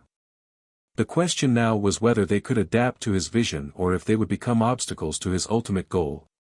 One evening, as Takumi sat in his office overlooking the city skyline, a call came through that interrupted his thoughts. It was from Masato, one of his trusted lieutenants, who had been instrumental in handling the day-to-day operations of their growing empire. Masato's voice was tense, and Takumi could immediately sense that something had gone wrong. "Takumi-san, we've got a problem," Masato said, his voice low and urgent. "It's the Ogasawara family. They're not happy with the changes you've been making. They're talking about a challenge to your leadership." Takumi's grip on the phone tightened, but his voice remained calm. He had expected something like this to happen eventually. The Ogasawara family was one of the largest and most powerful factions within the Yakuza, and they had long been staunch supporters of the old ways. If anyone was going to oppose his rise to power, it would be them. "Where are they coming from?" Takumi asked, leaning forward in his chair. Masato's reply was quick. "They've been spreading rumors among the lower ranks, trying to turn people against you. They're making it look like you're abandoning the Yakuza's core principles for the sake of money and influence. They're stirring up a lot of discontent." Takumi exhaled slowly, considering the situation. The Ogasawara family was not just a rival faction, they were deeply entrenched in the fabric of the Yakuza. Their influence stretched across many territories, and they had the loyalty of a significant portion of the organization's rank-and-file members. To confront them directly without careful planning would be reckless. "What are they demanding?" Takumi asked, his mind already racing through possible strategies. Masato hesitated before responding. "They want a meeting. They're offering a chance for you to explain yourself, but it's clear they're not interested in compromise. They're making their move." Takumi knew this was coming. In the world of the Yakuza, challenges to authority were inevitable, especially when the power structure began to shift. The question was not whether he could defeat the Ogasawara family in open conflict, he knew he had the strength and resources to do that. The real question was whether he could avoid unnecessary bloodshed and, at the same time, solidify his leadership. He could not afford to let this opportunity slip away. "I'll handle it," Takumi said, his voice firm. "Set up the meeting. Make sure we're prepared." The Ogasawara family's challenge was a direct threat to Takumi's authority, but he also recognized it as an opportunity. If he could defuse the situation without resorting to violence, he would prove not only to the Ogasawara family but to every other faction that he was capable of leading the Yakuza into a new era, an era where strategic thinking, not just brute force, was the key to survival. The next few days were a whirlwind of preparation. Takumi spent hours strategizing with his closest allies, reviewing his options and ensuring that he had every angle covered. The Ogasawara family's leader, Takahiro Ogasawara, was known for his cold, calculating demeanor.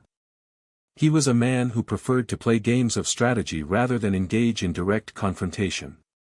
If Takumi was going to meet him on his terms, he would need to be just as shrewd.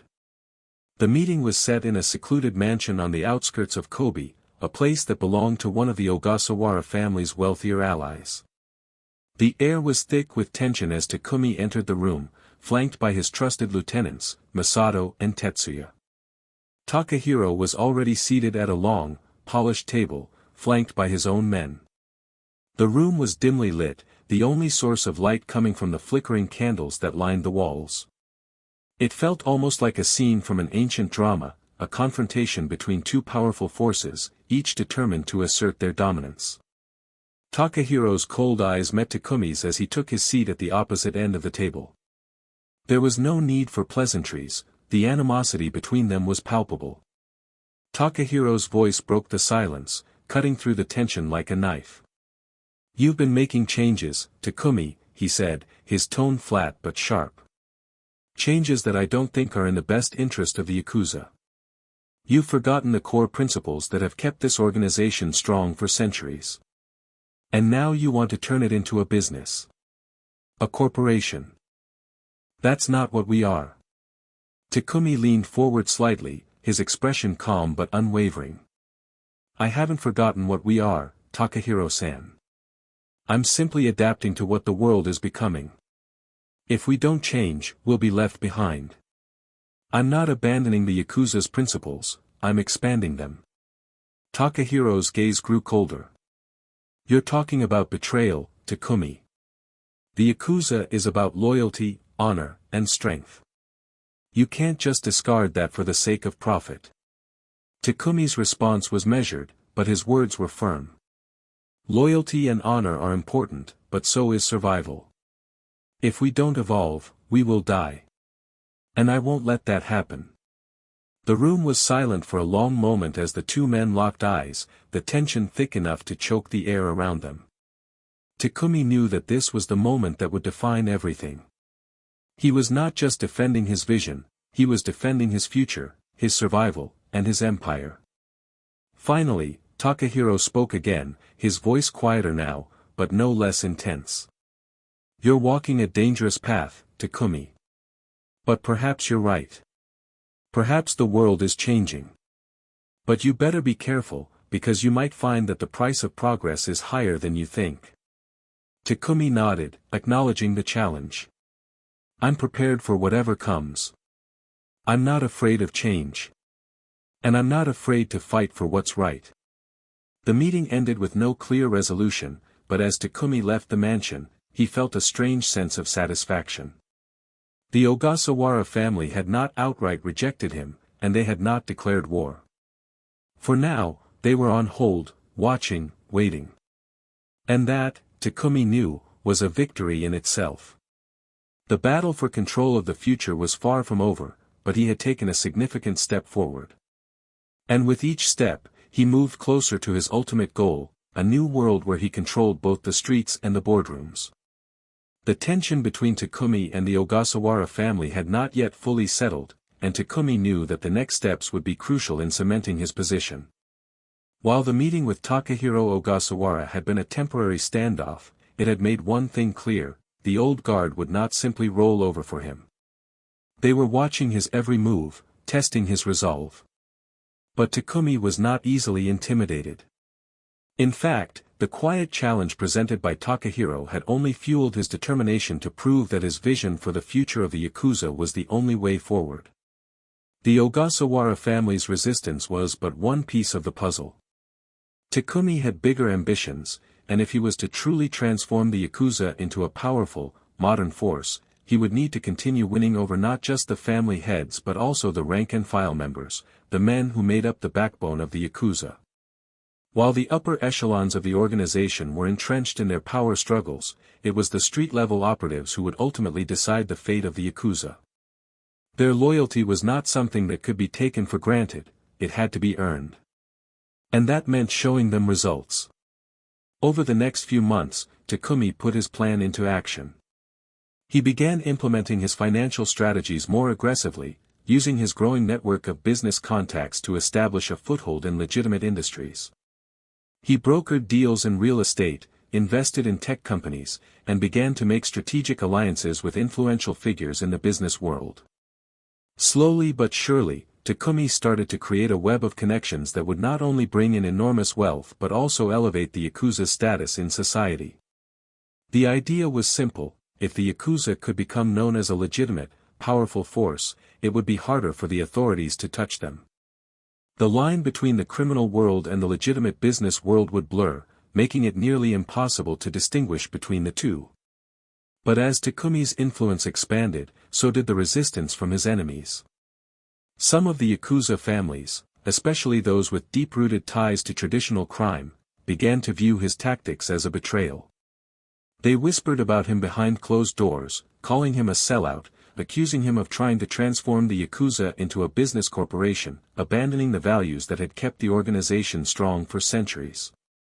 It was the price of progress, and Takumi knew that there would be no shortage of opposition. But he couldn't afford to look back.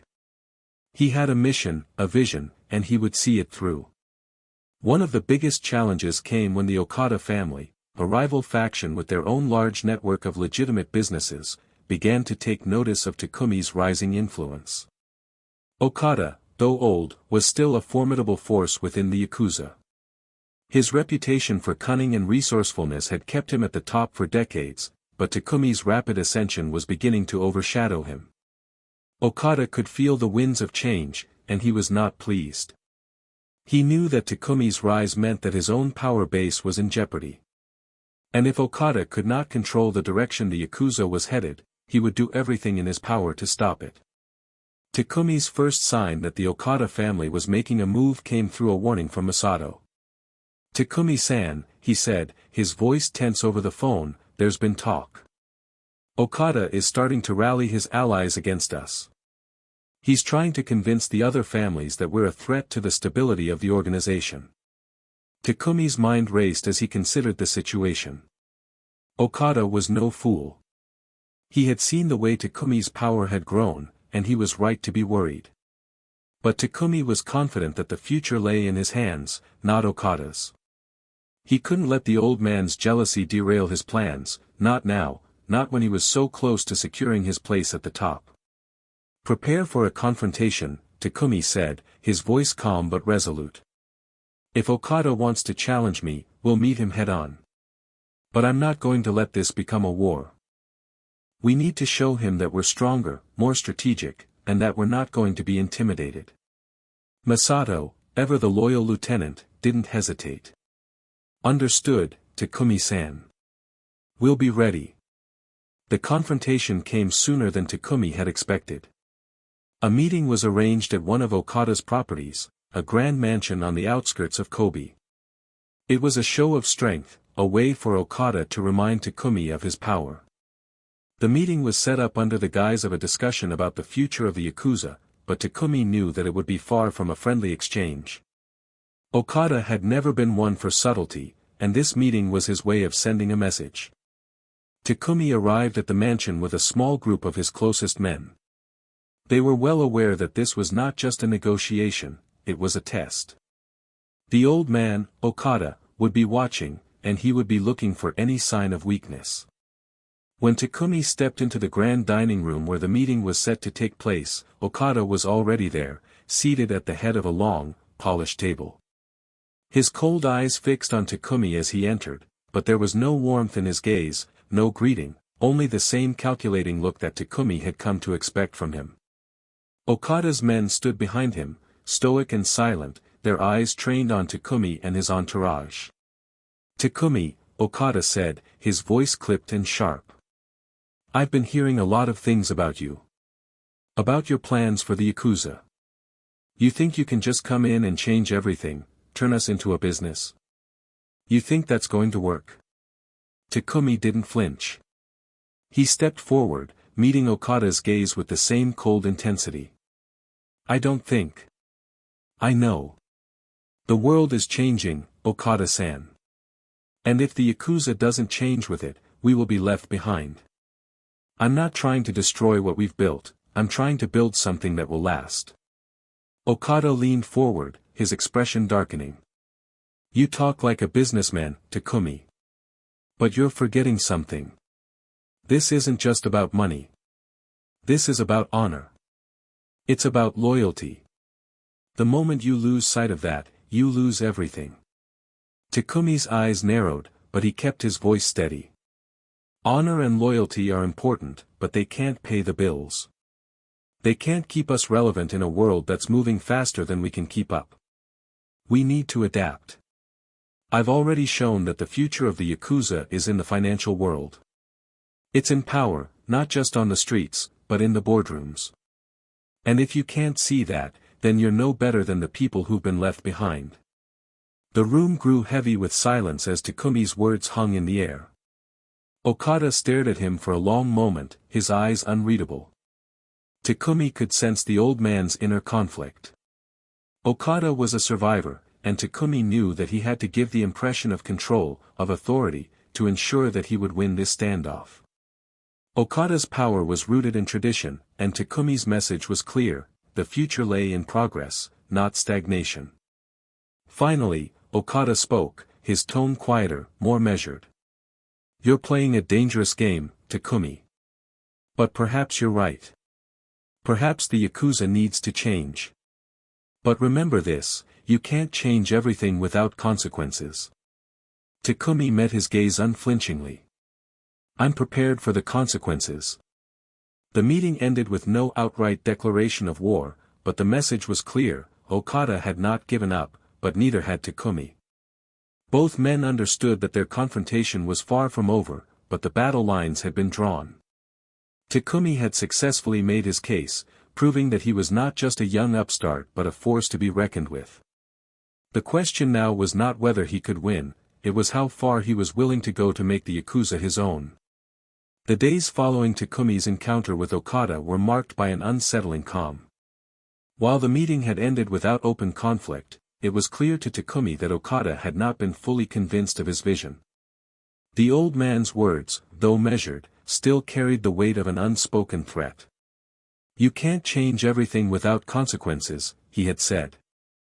Takumi knew that Okada's defiance was not just a challenge to his leadership, it was a signal that there were forces within the Yakuza that would never accept his new world order.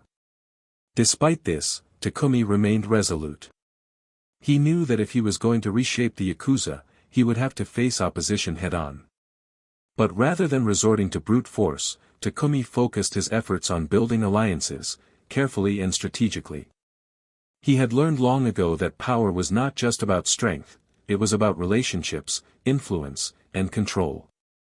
It was about building a network that could weather the storms of conflict and come out stronger on the other side. He turned to his trusted lieutenant, Masato, who had become his right hand in managing the complex web of operations that now spanned both criminal enterprises and legitimate business ventures. Masato was sharp, intuitive, and fiercely loyal, but he also understood the delicate balance that Takumi had to maintain. The message from Okada was clear: there was no room for error. Takumi needed to ensure that his next steps were calculated, precise, and decisive. Together, Takumi and Masato began to strengthen their hold over the territories that the Ogasawara and Okada families had once controlled. They quietly moved in, forging alliances with smaller factions, offering protection in exchange for loyalty, and using their growing influence in the business world to sway key players in their favor. Takumi knew that in the criminal underworld, loyalty was often bought rather than earned, and that's exactly what he was prepared to do. But even as he expanded his empire, he couldn't shake the feeling that there were those within the organization who still viewed him as an outsider, an upstart who had taken the throne too quickly. One afternoon, as Takumi sat in his private office reviewing financial documents, Masato entered with a grim expression. Takumi looked up, immediately sensing that something was wrong. Masato handed him a thick envelope, sealed with the emblem of the Okada family. "This just came through," Masato said. "It's from Okada." Takumi opened the envelope and pulled out a single sheet of paper. The message was short, direct, and unmistakably ominous: "Meet me at the old warehouse by the docks tomorrow night. Come alone. We have much to discuss." It was a direct challenge. Okada was making a move, and this time, he wasn't willing to negotiate. Takumi's pulse quickened, but he kept his face impassive. He had known this day would come. The question was whether Okada intended to settle matters through negotiation, or with violence. Takumi turned to Masato. "Prepare the men. But no one follows me. I'll handle this alone." Masato nodded, but the concern in his eyes was evident.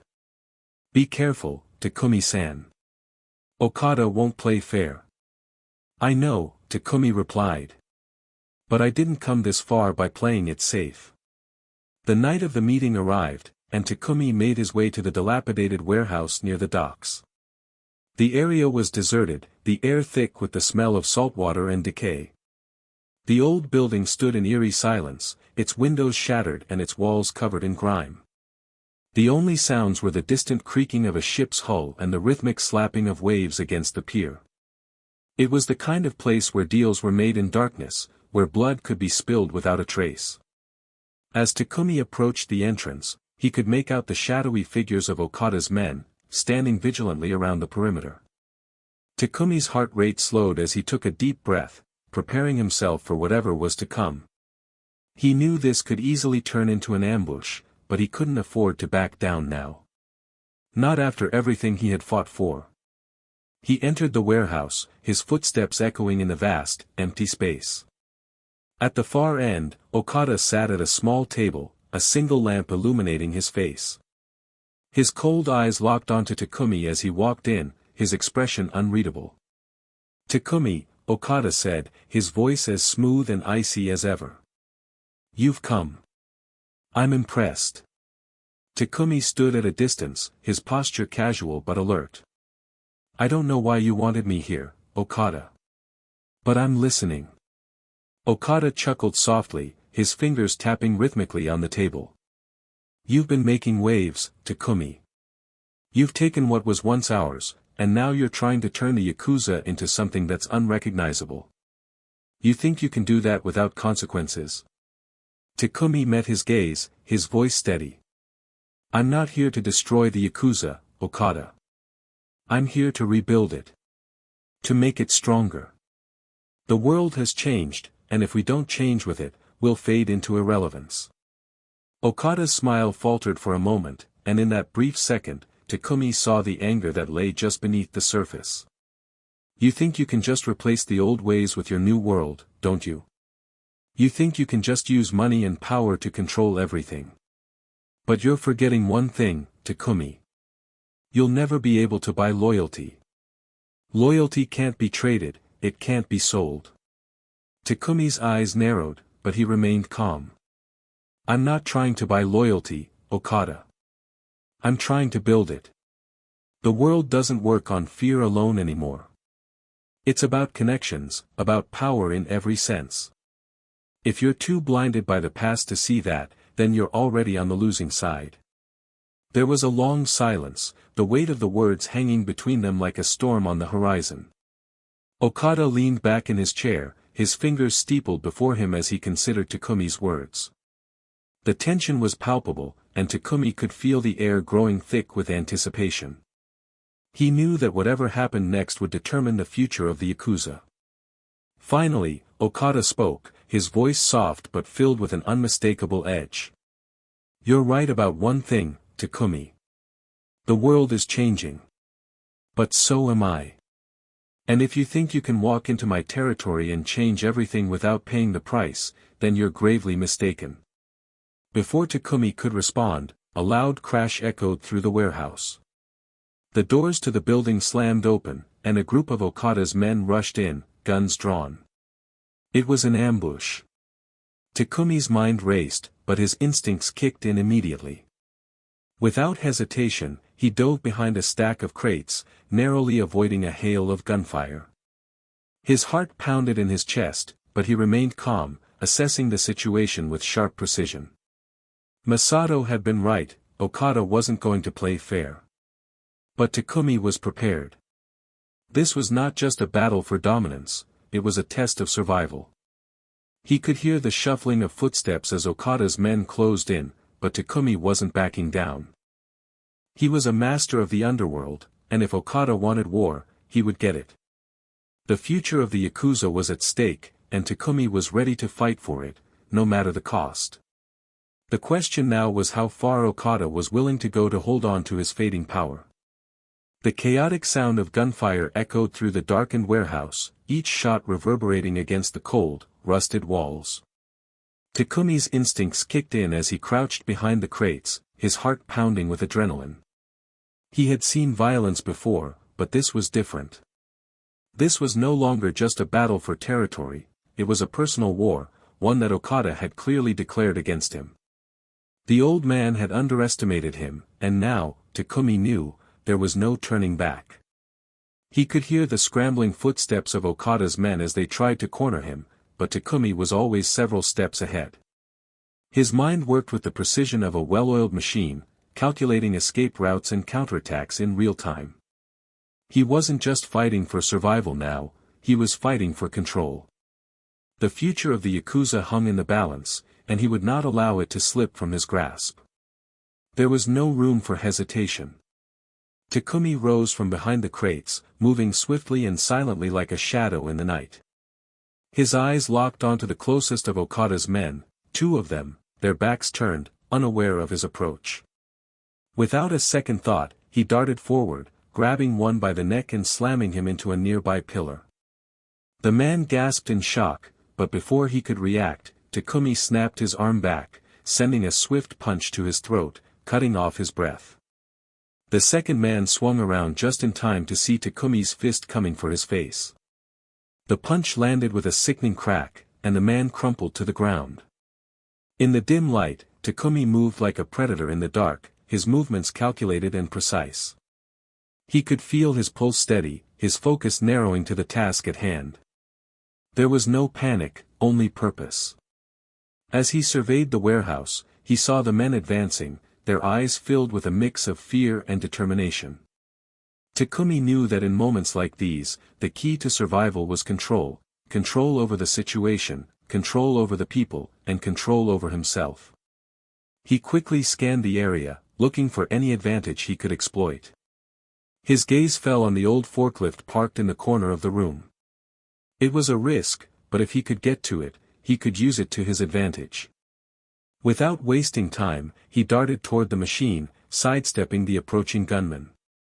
He knew they would be wary of him now, their movements more cautious. They had seen what he was capable of, and fear, as much as aggression, had entered the equation. As Takumi reached the forklift, he glanced back at the men closing in on him. They were too far to catch him before he made his move. With practiced precision, he jumped into the driver's seat, his fingers dancing over the levers. The engine sputtered to life, its mechanical groans reverberating through the space. Takumi gripped the wheel, maneuvering the forklift with ease, steering it toward a cluster of crates stacked high against the far wall. The gunman hesitated, unsure of what Takumi intended to do. But in the next instant, the forklift roared forward, plowing through the crates with a deafening crash. The men scrambled to avoid the falling debris, but Takumi was already moving. He swung the forklift around, positioning it between himself and the gunman, creating a barrier that blocked their line of sight. The forklift's heavy frame served as an impromptu shield, giving Takumi the time he needed to assess his next move. Takumi's eyes never left the men, but his mind raced, calculating the best way to escape. He couldn't fight them all head-on, not without risking his life, and the longer this dragged on, the more likely it was that Okada's reinforcements would arrive. He needed to get out, and fast. His hand went to his waist, where he kept a small, concealed handgun. It wasn't his preferred weapon, but it would do the job. He slid the gun from its holster and checked the chamber. One shot could give him the edge he needed. He focused on the nearest man, who had begun to circle around the forklift, trying to flank him.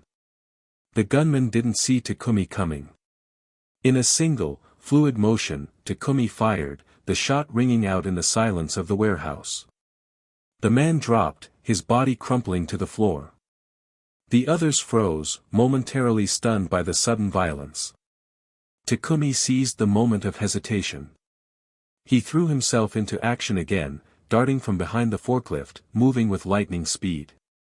As he passed one of the remaining gunmen, he grabbed him by the collar, using him as a shield to absorb the incoming fire from the others. He pulled the man's body in front of him, the bullet striking the unfortunate shield with a sickening thud. The gunman slumped in Takumi's grip, lifeless. The remaining men, seeing their comrades fall, hesitated. Takumi knew this was his moment. The fear had set in. The uncertainty of their leader's intentions had undermined their resolve. They were no longer certain of their place in this battle. He was no longer just a figurehead, they saw him now as a leader, a force to be reckoned with. Takumi used the moment of doubt to his advantage. He moved swiftly, taking out the last few men with methodical precision. Each movement was calculated, efficient, ensuring that no one was left standing. Within minutes, the warehouse fell silent again, the only sound being the soft hiss of steam escaping from the forklift's engine. The warehouse had become a battlefield, and Takumi stood alone in the aftermath. He took a moment to catch his breath, the weight of the situation sinking in. His plan had worked, he had eliminated Okada's immediate threat. But the battle was far from over. Takumi knew that this ambush was just the beginning.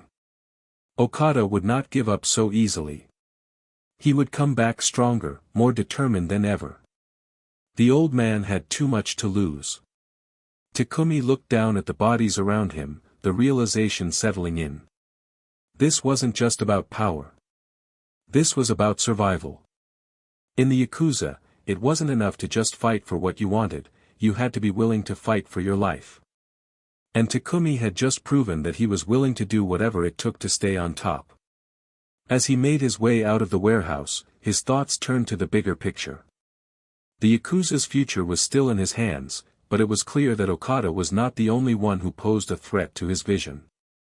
There were other factions, other families who would see him as a rival, and the tension between the old ways and the new would only grow. Takumi would have to continue walking a fine line, balancing ambition and caution, power and loyalty. But for now, he had won. And in the underworld, victory, no matter how small, could change everything. Takumi stepped into the cold night air, his mind already working on the next move.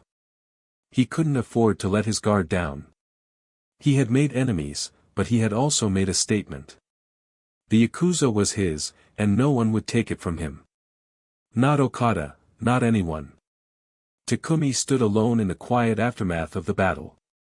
The night air was cold and damp, carrying the scent of saltwater from the nearby docks. His heart still raced, but he controlled it, drawing steady breaths as he surveyed the scene. The men who had tried to take him down lay sprawled across the warehouse floor, some twitching, others motionless. Their blood stained the concrete, a stark contrast to the grim stillness of the space. He wiped the sweat from his brow, though he felt no fear, only the weight of what had just transpired. The warehouse now seemed to hold its breath in anticipation, as if the world itself had paused to acknowledge the violence that had taken place within its walls. Takumi's mind, however, was already elsewhere. He couldn't afford to linger on the moment of victory, this was merely a chapter in the larger war he was waging.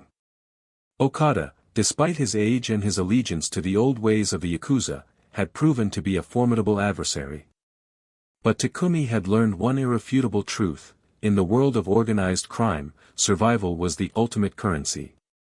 And he had survived. He stepped carefully over the bodies of the fallen men, his boots making soft, deliberate sounds against the cold concrete. The silence seemed to amplify the tension in the air, thick with the aftermath of a struggle that had been anything but predictable. Okada's men had underestimated him, and it had cost them dearly. But Takumi knew that this victory came at a price. Violence was not the end of the matter. It was merely a stepping stone. He needed to know what came next. In the distance, Takumi saw the faint glow of headlights approaching. His hand instinctively went to his side, where he kept his gun holstered, though he knew this wasn't a threat. Masato had promised to meet him after the dust had settled, and his arrival would be a welcome sight. Takumi had relied on Masato for years, his loyalty was unquestionable, and his sharp mind had been a crucial asset to Takumi's rise to power. But even so, the sight of Masato's black car pulling into the warehouse yard made Takumi pause, a fleeting moment of doubt creeping into his thoughts.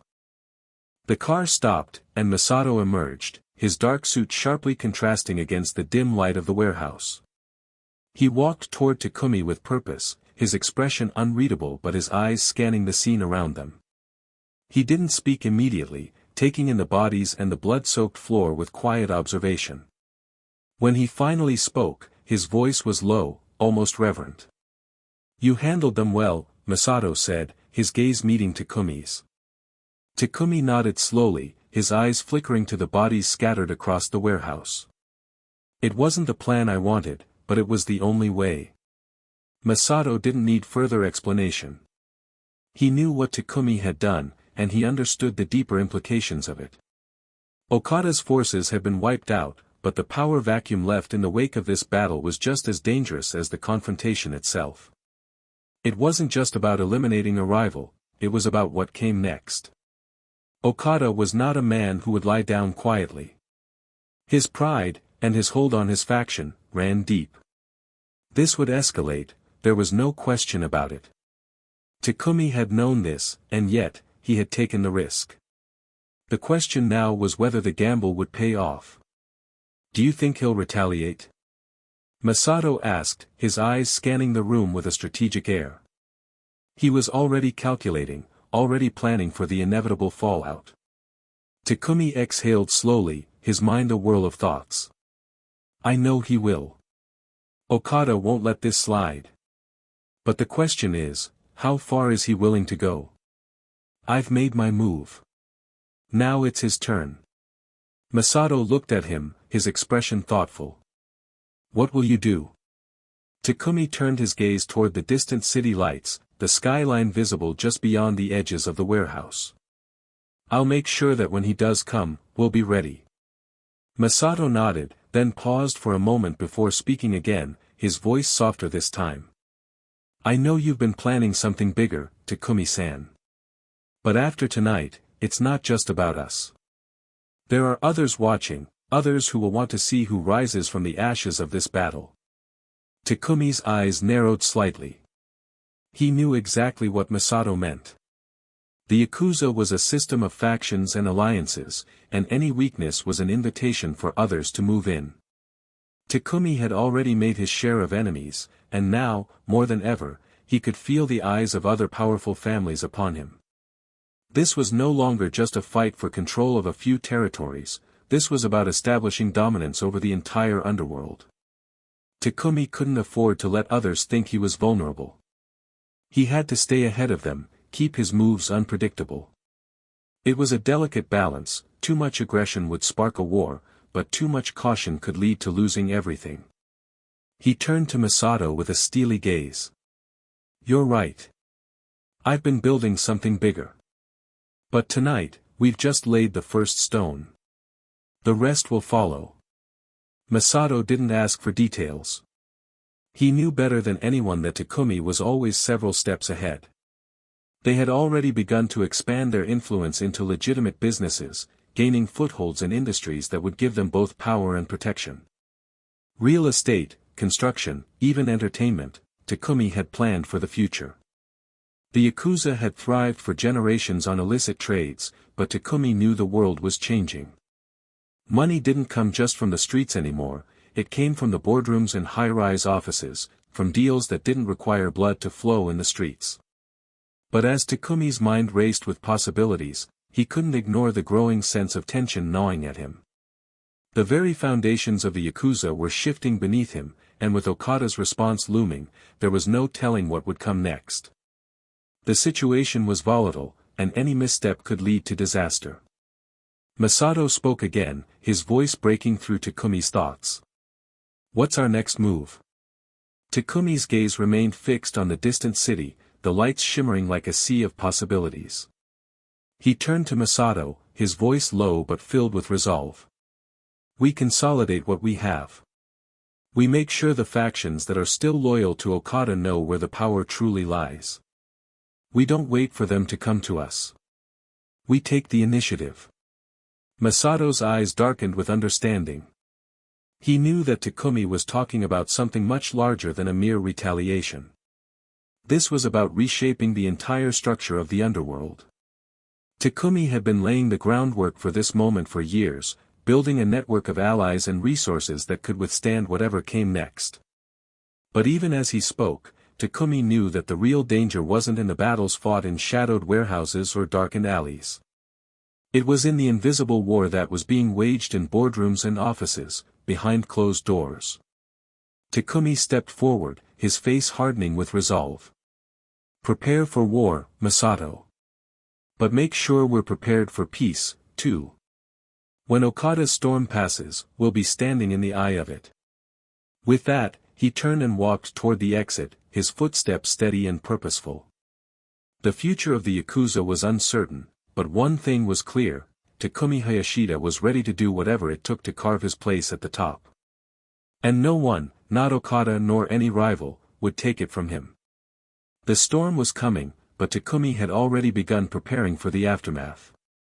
The question was whether he would emerge from it as the victor or the vanquished. But in the world of the Yakuza, survival was the only thing that mattered. Takumi's empire had begun to take shape in the chaos, but the foundations were fragile. Even as he stood victorious after the ambush, he could sense the shifting tides within the underworld. The Yakuza, with its rigid structure of loyalty and respect, was always teetering between order and disarray.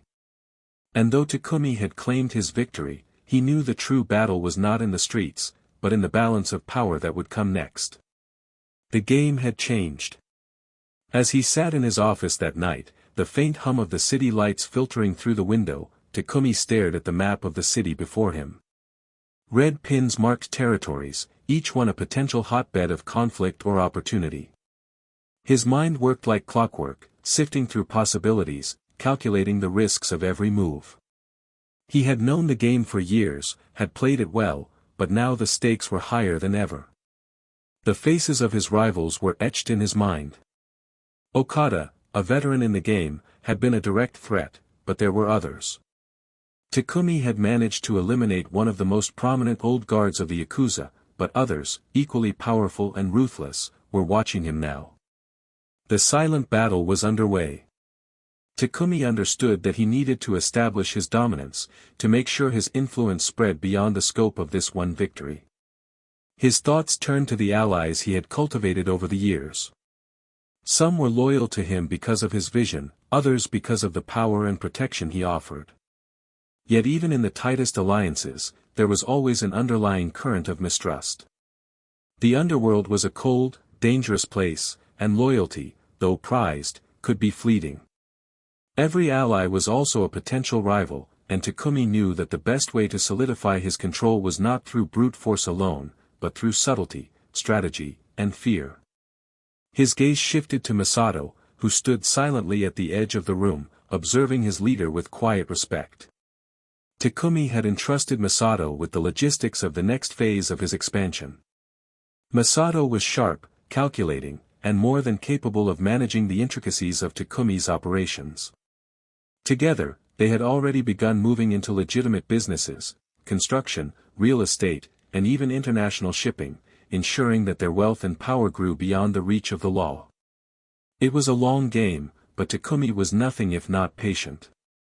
With each legitimate front, he was strengthening his position, diversifying his power, and making himself harder to touch. But with every gain, there were risks, and the bigger the empire, the more tenuous the control. Masato broke the silence, his voice cutting through Takumi's thoughts. We've been hearing whispers. Other families are watching us closely. They see what's happening, Takumi-san. There are murmurs of alliances forming, even within Okada's remnants. Takumi's eyes narrowed slightly. He had expected this. Okada's absence would create a void, and where there was a void, there were always vultures. Rivals would circle, sensing an opportunity. The idea of factions forming in response to his growing influence was a natural consequence of the power vacuum. The question now was how to keep those alliances from turning into threats. He leaned forward in his chair, tapping his fingers on the desk. We have to strike first. Show them that we won't be intimidated. Masato nodded. There's also the matter of the police. With Okada's men scattered, there's been an increase in patrols around the district. They're starting to ask questions. Takumi's lips curled into a small, knowing smile. The police were always a nuisance, but they were also a tool that could be manipulated. In his years of navigating the criminal underworld, he had learned that law enforcement wasn't the greatest enemy, it was the politicians, the businessmen, and the gangsters who had their fingers in every pie. Those were the ones who truly controlled the game. Takumi had already established relationships with a few key figures in local government, and though it wasn't always easy, he had learned how to keep the heat off when necessary. "We'll take care of it," Takumi said with a cool, measured tone. "A few donations here and there. A few favors owed. The police will get the message." Masato nodded again, but the concern in his eyes was hard to miss. "It won't be enough forever, Takumi-san. The bigger we get, the more visible we become. Someone will try to take us down." Takumi's gaze hardened. "Let them try. It's always the ones who think they can topple the top that end up buried beneath it." The words hung in the air, their weight settling between the two men. Takumi's confidence was unmistakable, but even he knew that the higher you climbed, the harder the fall. His plan was sound, but it was not without its dangers. His empire was built on fragile alliances, and as the old guard fell, the new world he was building had its own set of challenges. With every move he made, he was painting a target on his back. Takumi understood the stakes better than anyone, but he also knew that the risks were necessary for the reward. His thoughts drifted to the bigger picture, the future of the Yakuza. It was clear that the old ways of power were dying. The world was changing, and the underworld was evolving along with it. There would always be a place for tradition, but Takumi's vision was one of modernity. He saw the future of the Yakuza as more than just a collection of petty criminals. He saw a network of legitimate businesses, political influence, and international connections. He would build an empire that was untouchable, not just in the streets, but in the boardrooms, in the city halls, and in the international markets. This was about establishing a new order, a more sophisticated kind of power. But that kind of vision required more than just muscle. It required intelligence, connections, and a ruthless streak that could navigate the most treacherous of waters. Takumi knew that there were those who would try to bring him down, rivals within the Yakuza, ambitious businessmen who wanted a slice of the pie, corrupt politicians looking for their cut. But he also knew that he had one thing on his side that they didn't, the ability to adapt, to evolve, and to act decisively when the time came. As the hours ticked by, Takumi's mind continued to race. His empire was only as strong as the men and women who stood behind him. The loyalty of his allies was paramount, but loyalty was a double-edged sword. He had already seen how quickly alliances could shift, how easily a trusted lieutenant could turn on him if the right offer came along. Trust, in the world of the Yakuza, was a fragile thing. A sudden thought struck him, a memory from years past when he had been just another face in the crowd. He remembered a time when he had to prove himself, when every decision he made was about survival, not ambition. The hunger that drove him then was the same hunger that drove him now, but with one significant difference: now, he was the one calling the shots. Now, he was the one with the power to change the game. And he wasn't about to let anyone take that from him. "I want to make sure our alliances are stronger," Takumi said, breaking the silence. "Reach out to the others, those who have stayed quiet. We need to bring them into the fold. Make sure they know where the future lies." Masato's expression shifted, a glimmer of understanding in his eyes. "Understood." Takumi leaned back in his chair, his eyes looking out over the city, the neon lights shimmering like distant stars. He could feel the weight of the future pressing down on him, but it was a weight he was ready to carry.